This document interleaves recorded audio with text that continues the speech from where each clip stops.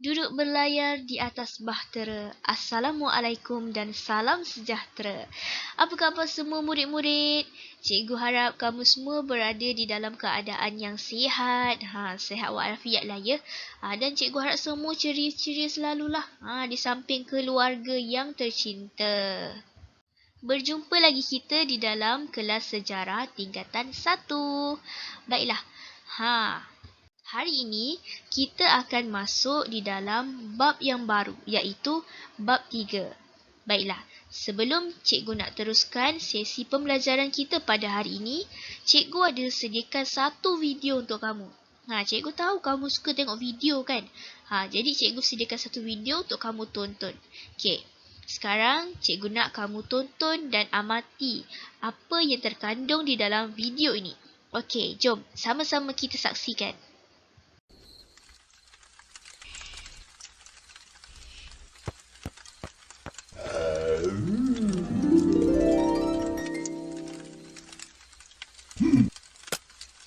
Waktu bapa jumpa ke bapa Sudah.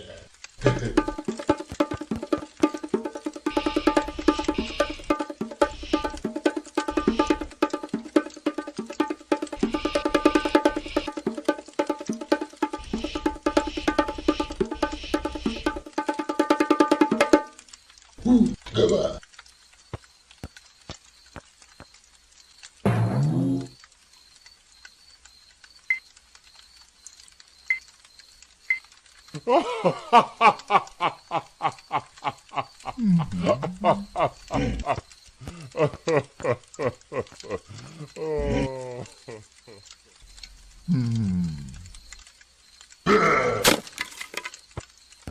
Gaba.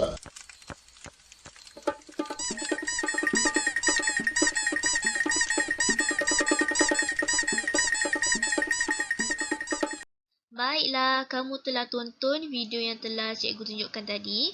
Baiklah, apa yang kamu nampak di dalam video tersebut? Okey. Pertamanya kita lihat dari segi keadaannya. Kamu perasan tak di dalam video tadi, keadaan dari segi dua orang individu itu dan juga sekelilingnya adalah berbeza dengan keadaan kita pada masa ini. Jadinya perbezaan yang cikgu nak kamu lihat adalah dari segi individu, iaitu dua orang tadi tu. Dua orang itu dari segi pemakaiannya, pemakaiannya berbeza dengan kita pada hari ini. Lepas tu yang kedua, tempat di mana dia beraktiviti. Iaitu tadi di dalam video tersebut menunjukkan situasi di mana mereka berdua berada di dalam gua. Kemudian kita lihat perlakuannya. Iaitu perlakuannya apa yang sedang mereka buat pada ketika itu, iaitu mereka tengah melukis. Mereka melukis di atas dinding. Dinding batu gua tu lah.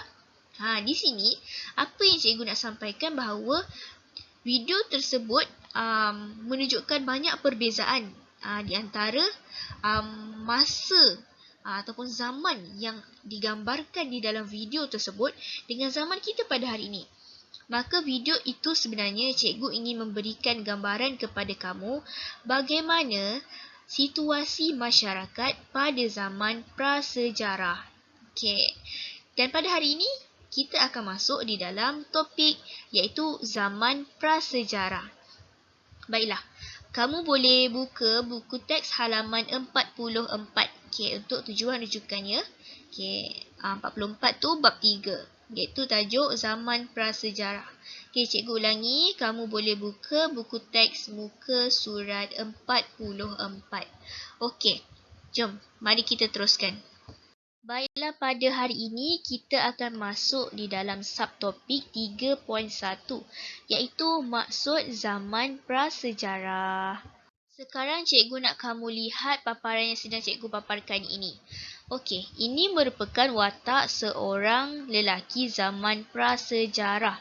Okey, di hadapannya terdapat sebuah buku. Di dalam buku ini menceritakan tentang biodata ataupun cerita pengalaman seseorang. Tapi, kamu lihat wajah manusia zaman prasejarah ini. Mukanya penuh dengan kekeliruan. Agak-agak kenapa ya?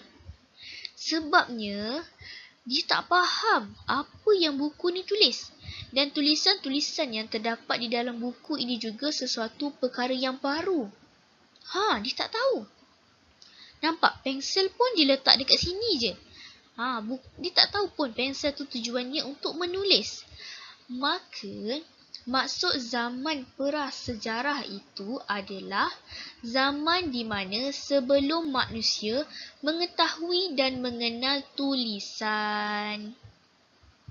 Maka zaman prasejarah ini merupakan zaman di mana manusia pada ketika itu tidak mengetahui dan tidak mengenal tulisan. Bila mereka tak mengenal tulisan, mereka dah pastilah tak tahu huruf. Nak tulis pun mestilah tak tahu.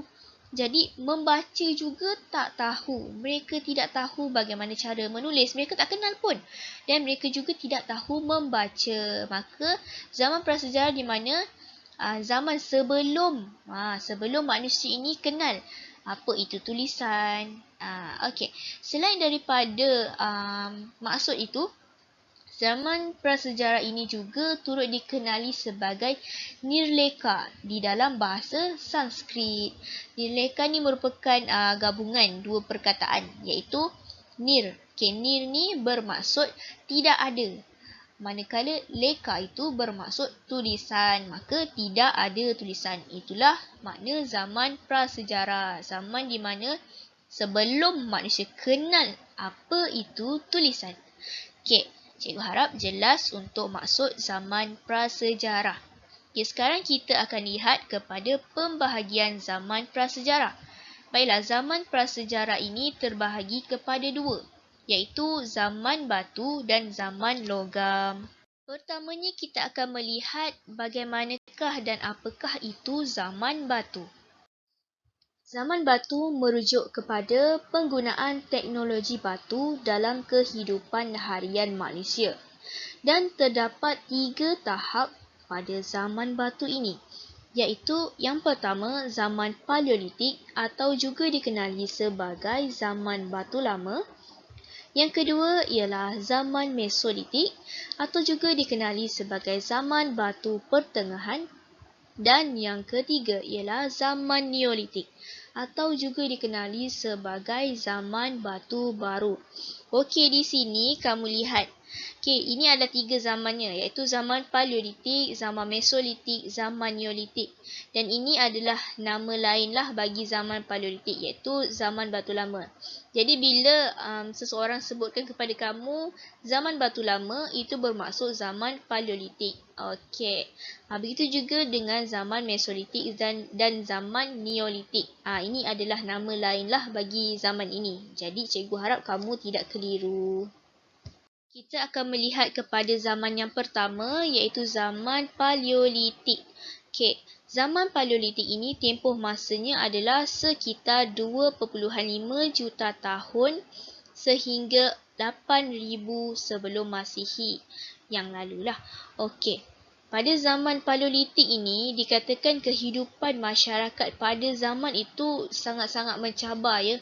Kalau kita imbas kembali pembelajaran kita pada sebelum ini, iaitu pada topik zaman air batu, tempoh masa ini adalah tempoh masa di mana keadaan suhu bumi, iaitu bermula daripada 2.5 juta tahun yang lalu ini, keadaan suhu bumi pada ketika itu masih lagi sebenarnya dalam keadaan yang sejuk. Maksudnya keadaan masa zaman Paleolitik ni masih lagi belum bersuhu yang baik yang memudahkan untuk mereka bergerak dari ke sana dan ke sini. Keadaan pada waktu itu masih lagi dingin, sejuk. Okey. Dan kita teruskan. Pada zaman Paleolitik ini juga manusia pada ketika itu menggunakan teknologi batu yang serba ringkas. Okey, apa maksud serba ringkas ni? Okey, kamu lihat gambar batu. Okey, manusia pada zaman ini, batu ini digunakan dalam kehidupan seharian mereka. Contohnya mereka nak guna untuk menangkap binatang ataupun menangkap haiwan lah. Mereka akan menggunakan peralatan seperti ini, batu ini, untuk memusnahkan atau mematikan haiwan tersebut lah. Okey. Batu ni kalau kamu lihat, kenapa dikatakan menggunakan teknologi batu yang ringkas? Okey, contohnya dengan bahasa mudah yang cikgu cakap, mereka akan gunakan mana-mana batu yang mereka jumpa, yang mereka rasakan sesuai, untuk mereka gunakan terus tanpa mereka tak adalah repair betulkan sikit batu ni ke apa, mereka terus ambil dan guna. Cakap, oh batu ni, contoh dia jalan-jalan, lepas tu dia jumpa satu batu, dia tengok, oh batu ni okey ni, sesuai. Jadi dia terus ambil batu ni, maknanya dia terus ambil batu dan boleh gunakan terus tanpa ada penambahbaikan kat batu tu. Contoh ratakan batu tu bagi tajam ke, untuk senang urusan kerja mereka, tak ada. Jadi sebab tu dikatakan mereka ni menggunakan teknologi batu yang serba ringkas. Memang ringkas sangatlah. Mereka jumpa, lepas tu ambil, terus gunakan. Okey, selain itu, mereka juga menggunakan peralatan yang diperbuat daripada tulang binatang. Tadi kan mereka menjalankan aktiviti macam berburu. Okey, hasil berburu tu ada tulang binatang. Okey, tulang binatang itu juga turut dijadikan sebagai salah satu daripada peralatan mereka. Sekarang kita beralih pula kepada zaman Mesolitik. Okay, pada zaman Mesolitik ini, tempoh masa berlangsungnya zaman ini adalah sekitar 12,000 tahun sehingga 4,000 tahun sebelum Masihi. Pada zaman ini dikatakan kehidupan manusia itu dah mula ada perkembangan. Perkembangan ini dari segi cara hidup mereka. Bila ada perkembangan, maknanya dah ada perubahan lah. Perubahan berbanding dengan zaman sebelumnya. Dan satu lagi, keadaan cuaca pada zaman ini juga dah mula berbeza. Iaitu tidak terlalu sejuk. Jika dibandingkan dengan zaman sebelum ini, agak sejuk dan membataskan pergerakan manusia. Tapi pada zaman ini, cuaca dah okey sikit. Dalam bahasa kita, cuaca dah okey sikit. Dah tak apa nak sejuk sangat. Okey. Dan kemudian, manusia itu, tadi kita cakap manusia ini dah ada satu perubahan, iaitu perkembangan dari segi cara hidup mereka. Okay, kalau zaman Paleolitik tadi, masyarakat manusia ini sudah boleh berburu. Dah pandai berburu lah. Tetapi pada zaman Mesolitik ini, mereka bukan saja meneruskan kegiatan berburu itu, tetapi mereka dah ada pengetahuan barulah. Mereka dah pandai nak tangkap ikan, dah pandai menangkap ikan lah untuk dijadikan sebagai sumber makanan mereka. Dah pandailah pergi laut, cari ikan, tangkap ikan, bagi keluarga makan. Okay, ini perubahan dan perkembangan yang kita lihat pada zaman Mesolitik. Sekarang kita akan beralih pula kepada zaman Neolitik. Okay, zaman Neolitik ini berlangsung sekitar 10,000 tahun yang lalu sehingga 2,000 tahun sebelum Masihi. Okay, pada zaman Neolitik ini, keadaan manusia tu semakin berkembang. Proses perkembangan itu berlaku bermula daripada zaman Paleolitik kepada Mesolitik kepada Neolitik.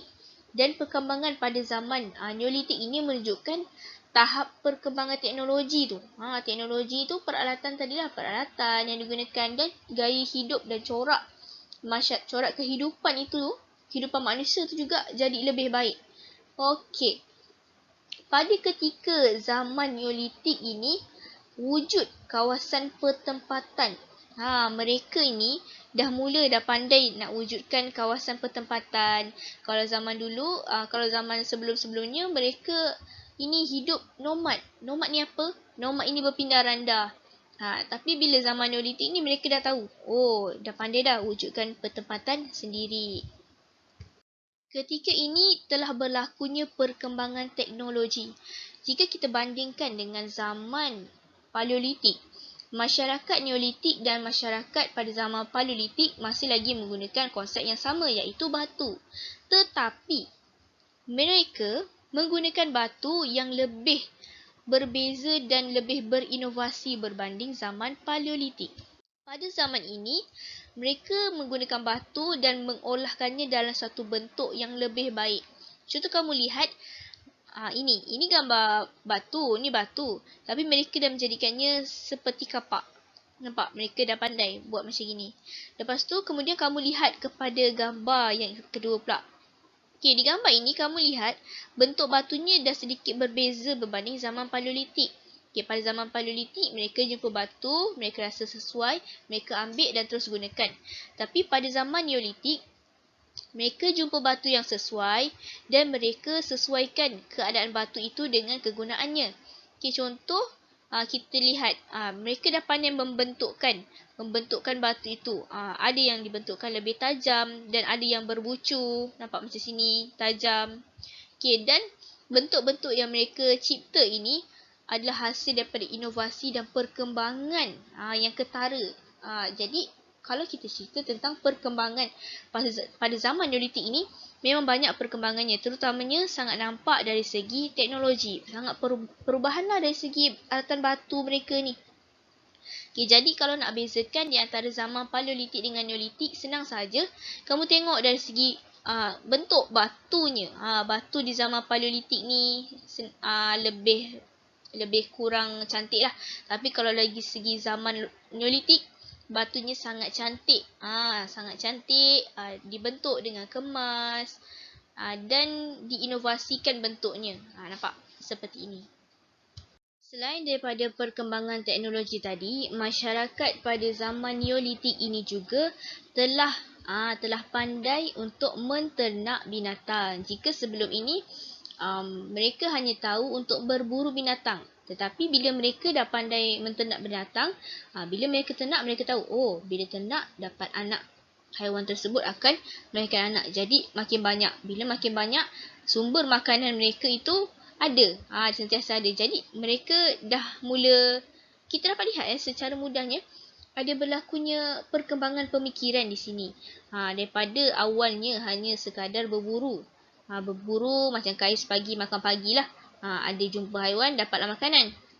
Bila dalam keadaan zaman Neolitik ini, mereka dah tahu, ini bila kita bela dia, kita bela haiwan ini akan melahirkan anak. Dan anak-anak haiwan ini akan membiak dan itu merupakan menjadi sumber makanan untuk mereka. Seterusnya, kegiatan yang terdapat di zaman Neolitik ini juga adalah bercucuk tanam. Masyarakat pada zaman Neolitik ini dah mahir, dah tahu bagaimana cara untuk bercucuk tanam. Kerana pada zaman sebelum ini, iaitu zaman Paleolitik, mereka mendapatkan sumber makanan salah satunya daripada memungut hasil hutan. Jadi, hasil daripada mereka mengungut hasil hutan tersebut, pergi masuk dalam hutan, contoh petik buah rambutan atau buah pelam. Okey, contoh, mereka petik buah pelam.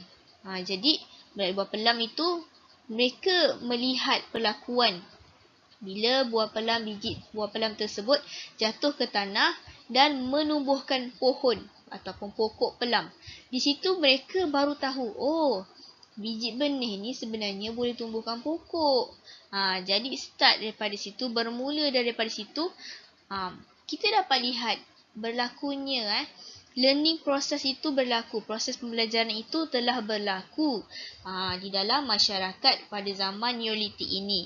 Maka apabila mereka dah belajar, mereka mengaplikasikan pembelajaran tersebut dalam kehidupan mereka. Maka mereka pun bercucuk tanam. Tanam pokok-pokok. Bila pokok ada banyak, itu merupakan dah menjadi sumber makanan mereka. Jadi mereka tidak perlu untuk berpindah lah. Bila makanan habis kan mereka akan pindah. Mereka akan pindah tempat lain, cari tempat yang ada makanan. Jadi sebab tu pada zaman Neolitik mereka tinggal tetap. Sebab mereka dah tahu bercucuk tanam. Jadi sumber makanan mereka tu boleh dikatakan kukuh. Mereka dah tahu ternak binatang. Di situlah penyebabnya kenapa mereka boleh hidup dalam keadaan tetap. Dah tak berpindah randa dah. Dah pandai membina tempat tinggal sendiri. Itulah begitu. Masyarakat pada zaman Neolitik ini juga boleh dikatakan agak istimewa dan perkembangannya sangat-sangat menarik. Kerana pada zaman Neolitik ini, masyarakatnya telah pandai untuk membina tembika. Tembika ini mereka bina daripada tanah-tanah liat lah. Jadi tembika-tembika ini mereka cipta. Nampak? Pandai kan? Daripada tanah liat mereka cipta tembika. Dan sampai sekarang masih lagi ada dan wujud tembika-tembika tanah ini. Berbalik kepada zaman Neolitik. Masyarakat pada zaman ini telah mencipta tembika dan di mana tembika ini berfungsi sebagai kegunaan kehidupan seharian mereka lah. Contoh nak isi barang, nak isi makanan, nak isi sumber-sumber makanan mereka akan letak di dalam dalam tembikar ini ataupun menyimpan bekalan air. Okey, di sini fungsi tembikar itu dah mula menjadi sesuatu yang baru untuk zaman Neolitik ini. Pada zaman Paleolitik tak ada lagi tembikar. Hanya pada zaman Neolitik sahaja bermulanya penciptaan tembikar. Okey, habis penerangan kita untuk zaman batu. Dan sekarang kita akan beralih pula kepada zaman logam. Okey, bagaimana situasi masyarakat dan apa yang dilakukan pada zaman logam ini? Okey, mari kita saksikan. Tempoh masa zaman logam ini adalah sekitar 3,500 tahun sebelum Masihi sehingga 500 tahun Masihi. Okey, di zaman logam ini kita melihat bahawa terdapat perubahan lagi. Perubahan itu berlaku lagi dalam aspek teknologi yang digunakan. Okey, zaman logam ini lebih merujuk kepada penggunaan teknologi gangsa dan juga besi. Di mana pada zaman ini manusia telah melakukan inovasi logam besi dan gangsa dalam peralatan mereka. Maksudnya, peralatan mereka tu di dalam peralatan mereka, macam tadi zaman Neolitik peralatannya macam batu tadi, tapi diubah suai. Tapi masa zaman logam ni, mereka dah memasukkan campuran gangsa dan besi di dalam peralatan yang digunakan. Jadi peralatan yang digunakan tu lebih kukuh lah bila dah dimasukkan campuran-campuran ini. Ini merupakan peralatan besi yang digunakan pada zaman logam. Okey, contohnya kapak, tulang mawas, beliung dan mata lembing. Ini merupakan gambar-gambarnya lah. Ni gambar tulang mawas. Okey. Beginilah bentuk-bentuk peralatannya, dan peralatan-peralatan ini telah dicampurkan dengan penggunaan besi ataupun gangsa, di mana pencampuran besi dan gangsa ini menjadikan peralatan ini lebih kukuh, tahan lama dan lebih kuat berbanding dengan menggunakan peralatan seperti batu tadi. Jadi mereka nak berburu nanti senanglah. Dia nak berburu, peralatan ni akan lebih nampak macam ni, lebih tajam, kuat. Jadi memudahkan aktiviti mereka, aktiviti seharian mereka lah. Sama ada nak berburu ataupun bercucuk tanam. Ini memudahkan urusan kehidupan seharian mereka. Sekarang kita akan masuk kepada aktiviti pertukaran barang. Okey, pada zaman logam ini telah berlakunya aktiviti pertukaran barang atau dikenali sebagai sistem barter. Okey, apa tu sistem barter? Okey, apa tu aktiviti pertukaran barang? Macam mana terjadinya pertukaran barang? Okey, sekarang cikgu bagi penjelasan. Okey, di sini ada dua watak. Yang baju berwarna kuning, cikgu berikan namanya adalah Abu. Yang baju berwarna coklat, cikgu beri nama dia Koko. Okey, ini Abu, ini Koko. Okey, Abu ada ayam. Okey, Abu ada sebanyak 6 ekor ayam. Okey, manakala Koko ada seekor kambing. Okey, Abu nak makan kambing. Jadi Abu nak kambing si Koko. Okey, jadi mereka akan melakukan pertukaran. Abu akan beri ayam Abu kepada Koko sebagai pertukaran untuk mendapatkan kambing Koko. Jadi di situlah bermulanya ataupun begitulah kaedah aktiviti pertukaran barang ini berlaku. Dan situasinya akan jadi seperti ini. Okey. Jadi Abu dapat kambing dan Koko dapat ayam. Mereka tukar. Tukar beginilah. Jadi itulah maksudnya berlakunya aktiviti pertukaran barang pada zaman logam. Di mana pada zaman sebelumnya iaitu zaman Neolitik, zaman Paleolitik dan zaman Mesolitik belum berlakunya lagi aktiviti pertukaran barang ini. Dan pada zaman logam ini merupakan permulaan kepada berlakunya aktiviti pertukaran barang ataupun sistem barter. Okey, selain daripada yang telah kita tengok tadi, pada zaman logam ini juga aktiviti pelayaran telah mula berlaku. Okey, pelayaran apa tu Okey, pada zaman sebelumnya mereka dah pandai menangkap ikan juga. Okey, tapi apa beza menangkap ikan dengan aktiviti pelayaran? Okey, pada zaman sebelumnya aktiviti menangkap ikan ini dilakukan lebih kepada tidak melibatkan pergerakan. Okey, maksudnya tidak melibatkan pergerakan itu adalah mereka menggunakan peralatan seperti tombak yang dibuat sendirilah. Jadi mereka diri tepi sungai, mereka tengok ikan, mereka tombak ikan tu. Okey, dan dapat ikan. Tapi bila zaman logam ini bila kita cerita pasal pelayaran, maka bermakna mereka dah pandai buat sampan lah. Dah pandai buat pengangkutan air. Mereka dah boleh buat pengangkutan air. Jadinya melalui menggunakan pengangkutan air tersebut, mereka gunakanlah untuk menangkap ikan. Di situlah perbezaannya yang dapat kita lihat di zaman logam ini. Okey, cikgu rasa dah habis untuk penerangan bagi zaman logam. Itu yang telah kita tengok tadi merupakan ciri-ciri ataupun apa itu yang terkandung atau apa yang ada pada zaman logam ini. Dengan berakhirnya zaman logam tadi, maka berakhirlah kita punya topik pembelajaran pada hari ini. Tapi sebelum nak berakhir tu, cikgu nak buat sedikit rumusan. Secara kamu tak sedar, pada hari ini sebenarnya kamu telah belajar dan kamu telah mengetahui tentang sejarah dan tamadun manusia itu berkembang. Bagaimana berkembang itu? Kamu contohnya tadi kita lihat, cikgu ambil satu dari segi peralatan.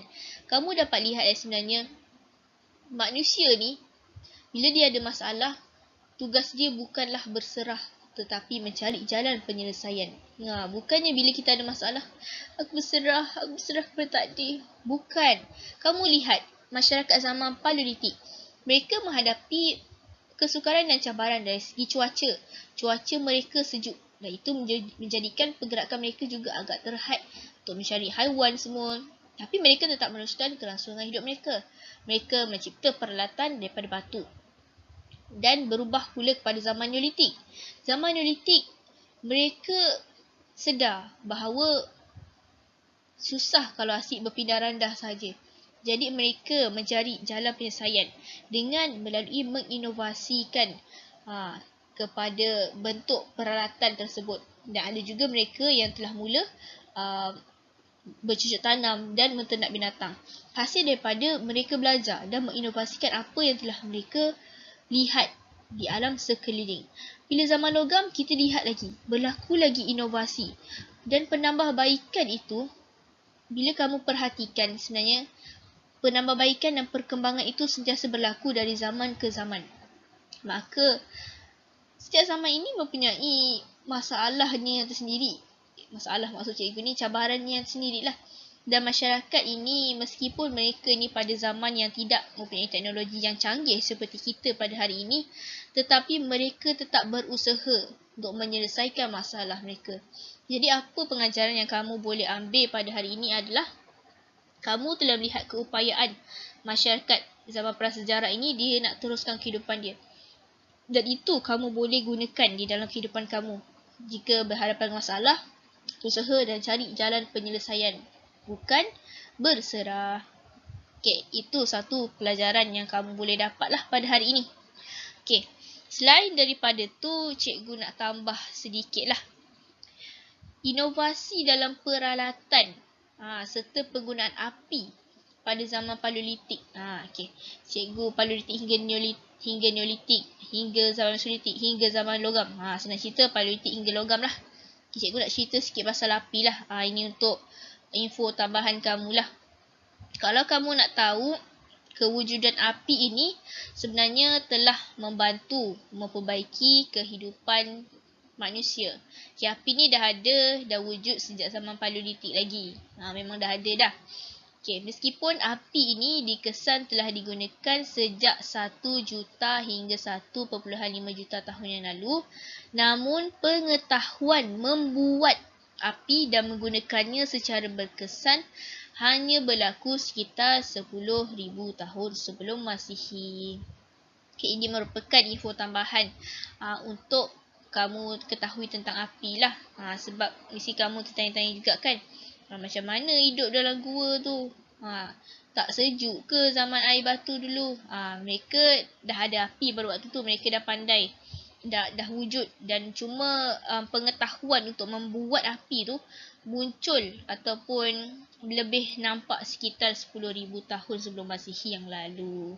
Okay, itu saja untuk info tambahan.